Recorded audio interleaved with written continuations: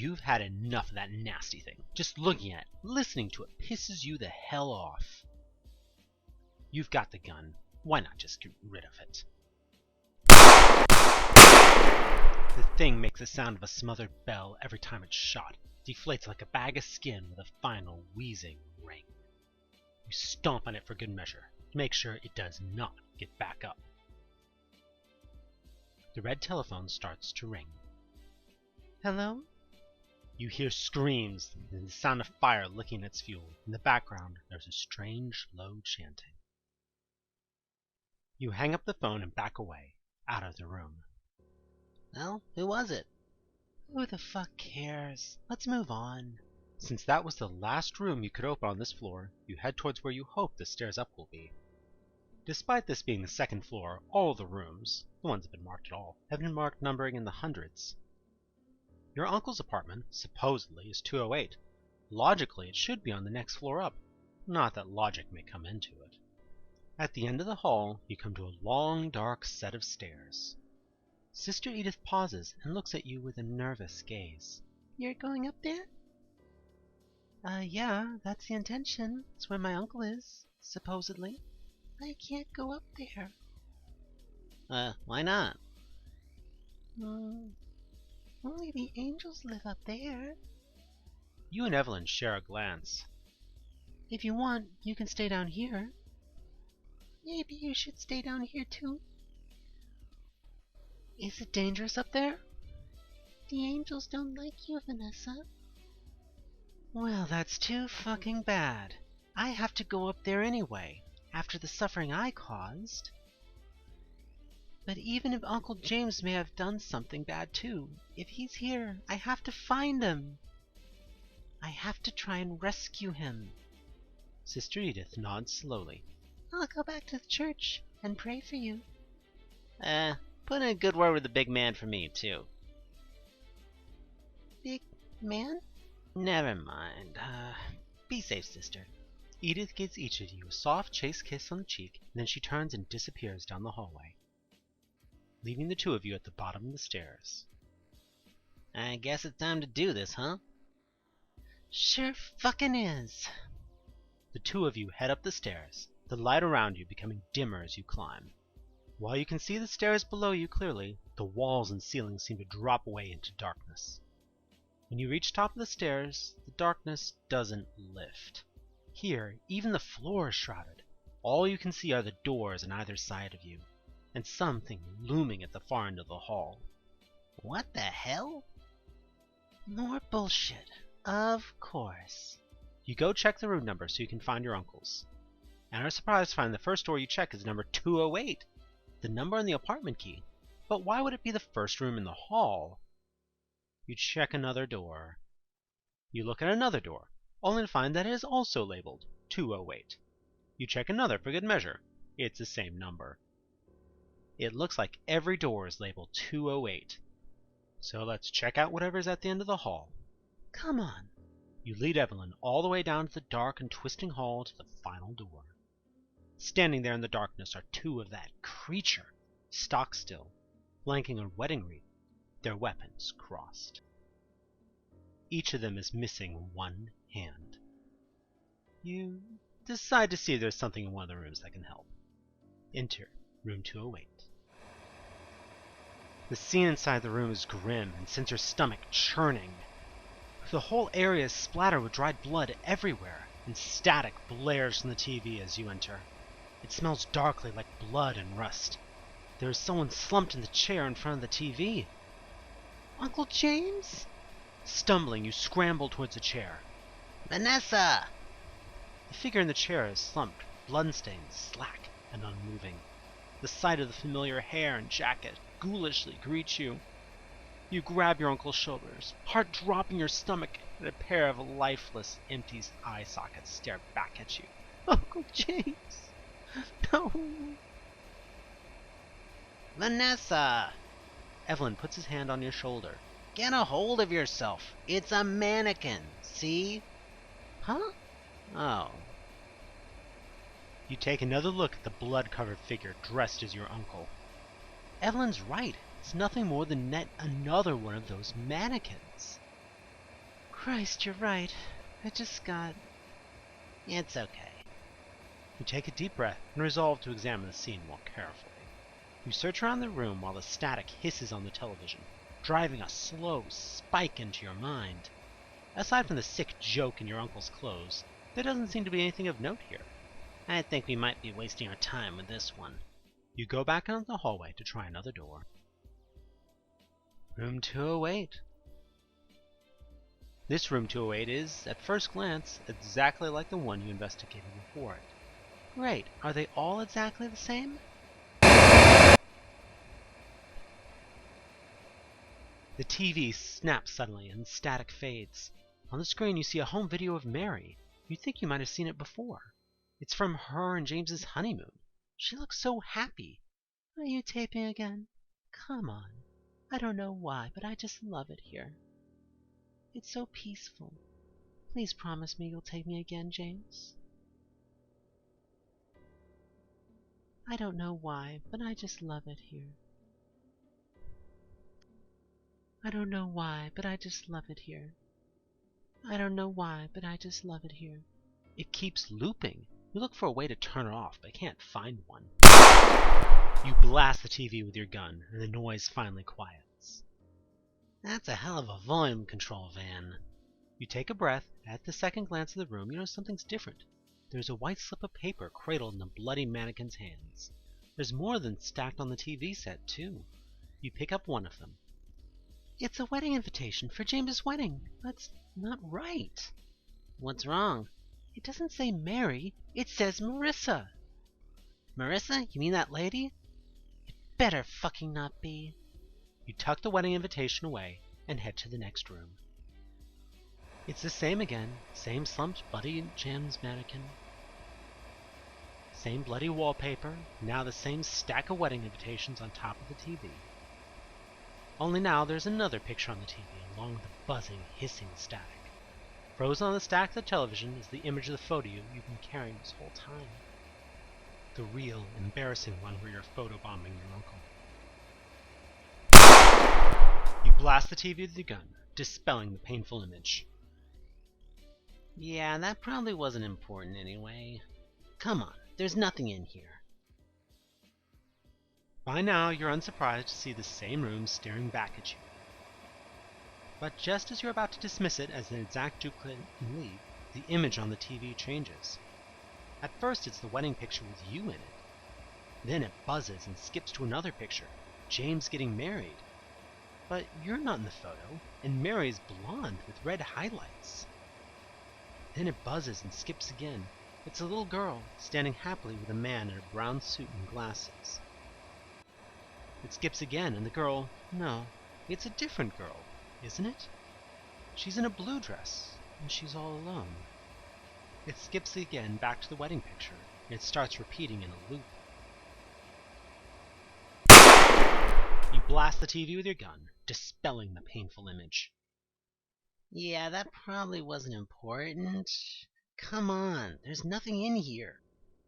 The room is the same again. No, wait. The mannequin is different. It has different hair. It's dressed differently. There's a note in its hands. The note reads, I sometimes have the sense even now that this girl is a reincarnation of Alessa. I don't worry about it much now that all's forgiven. You were in love, Cheryl. Or was it Alessa? Now Cheryl is Alessa again. No matter whose reincarnation she may have been, that girl was my most beloved treasure. But that name was a mistake.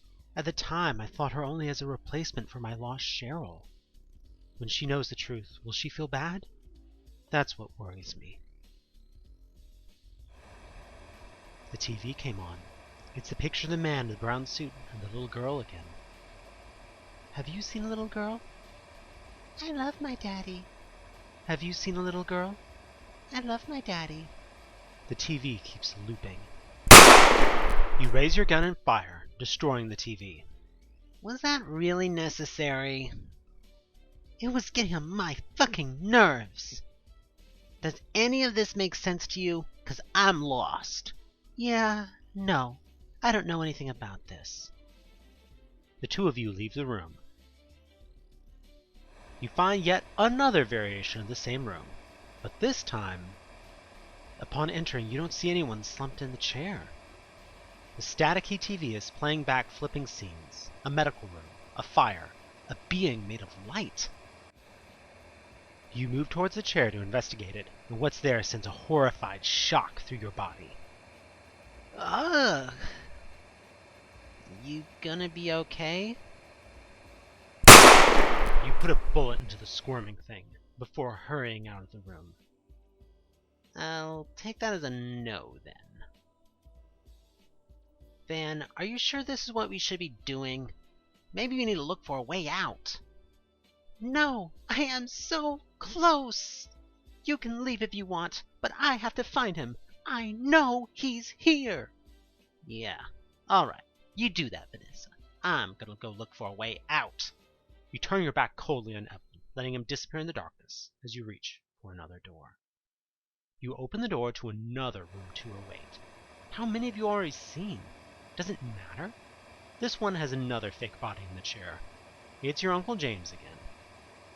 On the staticky TV, looping, is an image you recognize, and wish you didn't. The image from your vision of the two struggling figures. Now the image is clear. It's certainly your uncle, and Mary. You raise your gun and fire a bullet, silencing it. Now, a little calmer, you take a look around the room. It looks identical to the first one that you entered, except for one thing. Part of the wall is broken away, large enough for someone to slip in as if it was a hidden door. Huh? There must be something back there. Oh, fuck. Is it another mannequin? As you reach out to check, the body jerks as if alive, and then goes limp, slumping into the corner. Oh, fucking saints. Guess not, but it can't really be Mary, can it? Gee, why did you kill me? The sound jolts you. It can't be the TV. You look around to discover there's a baby monitor input sitting there on the floor. It matches the baby monitor you've been carrying around. This must be where the sounds were coming from, whatever sense that makes. You pick the baby monitor set up and turn it around. Huh? Something fell out. You got the white hand.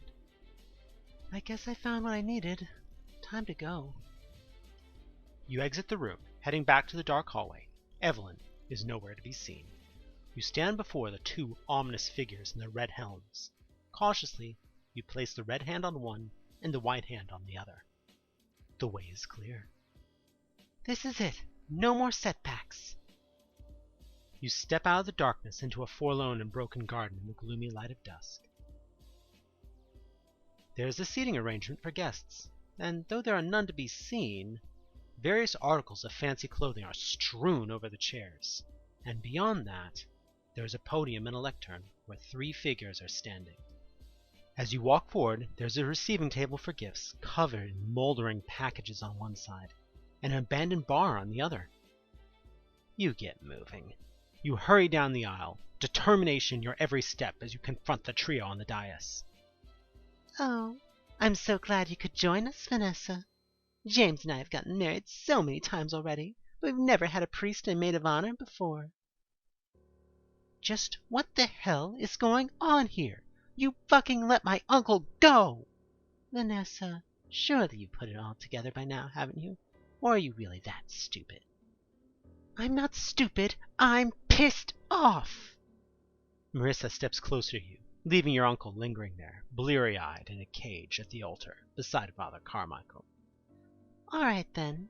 Tell me who I am. You're Silent Hill. So, you haven't killed every one of your brain cells. That's right. This town and I are one. But how can a town be a person? Funny, that's just what Father Carmichael wanted to ask me. He's been trying to hunt me down for ages, and you finally led him to me. Since you've both worked so hard to get here, I'll tell you a story. Once upon a time I was free, being sleeping under the land like a dark reflection. There was no pain, no loneliness, no anger or fear, no consciousness at all. I simply was, and it was good. And then new people came, with new ideas. They wanted to shape me, to worship me, to give me form, to make me do their bidding. Marissa steps forward towards you, and her image shimmers and changes. Once upon a time, there was a little girl who nobody loved. Everyone hated her, and called her names, and beat and bullied her. And finally they burned her up in order to bring their God into this world. But she didn't die, because the God really did go into her. And with the power of the God, she sent part of her soul to be reborn, wishing only for someone to love and care for her. And her wish came true. She had a wonderful, loving daddy far away from this town. But even then, a part of her was still here, and that part laid for years, suffering and suffering with the God inside of her.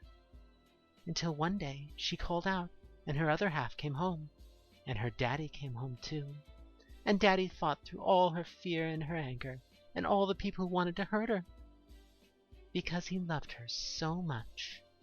And he made her whole, and he saved her. He took her home, even with a part of me inside her. But I can't leave.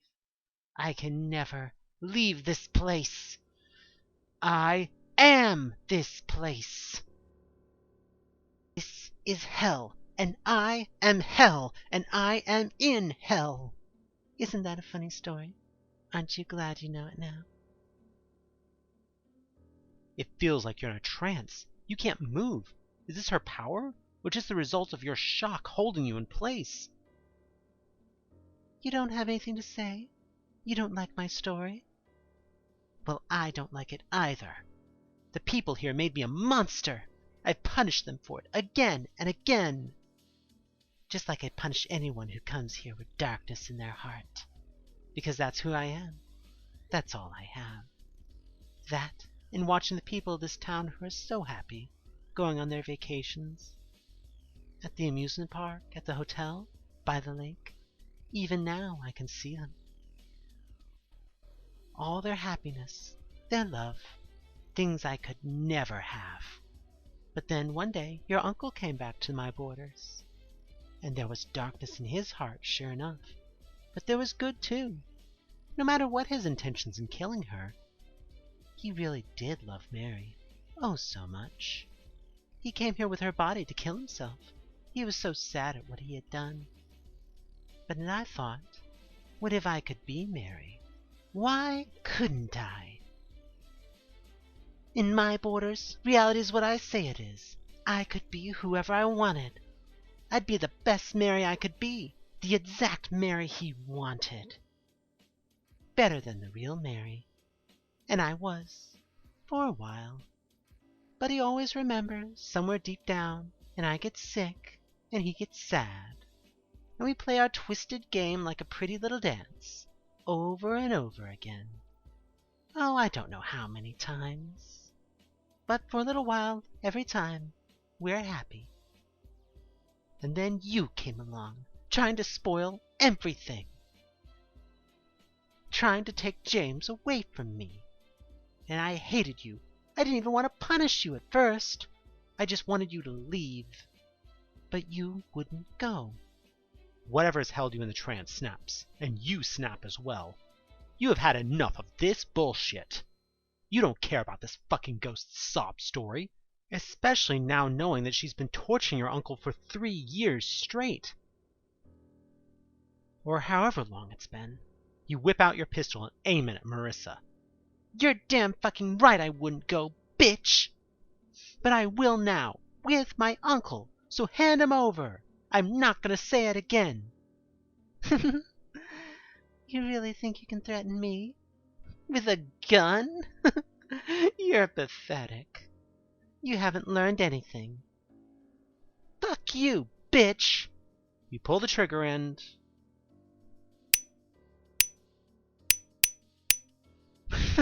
You don't even have a bullet to try and put me down. Shit. You want to stay with your uncle so bad? Be my guest. What? Your body goes stiff, rigid, out of your control. There's something wrong. You try to move, but you can't. Your skin starts to feel rubbery and slack. You double over as something swells and itches at your shoulder blades, like you can feel something inside ready to burst out. Blood starts to pour out of your mouth, soaking your body, as a great wound rips through your chest with a nightmarish heave. You want to scream, but your body just shudders in place. "Welcome to Silent Hill, Vanessa." Your cry is smothered as your tongue oozes its way down the wound in your body, engorging and lengthening, lolling out lasciviously. The panic thundering inside you is changing too, into a pounding fury and a hissing lust. The world around you darkens and shifts as thoughts slip from your mind like sand through an hourglass. Soon there's another twisted, shambling creature roaming the dark streets of the shadow of Silent Hill. Bad ending achieved.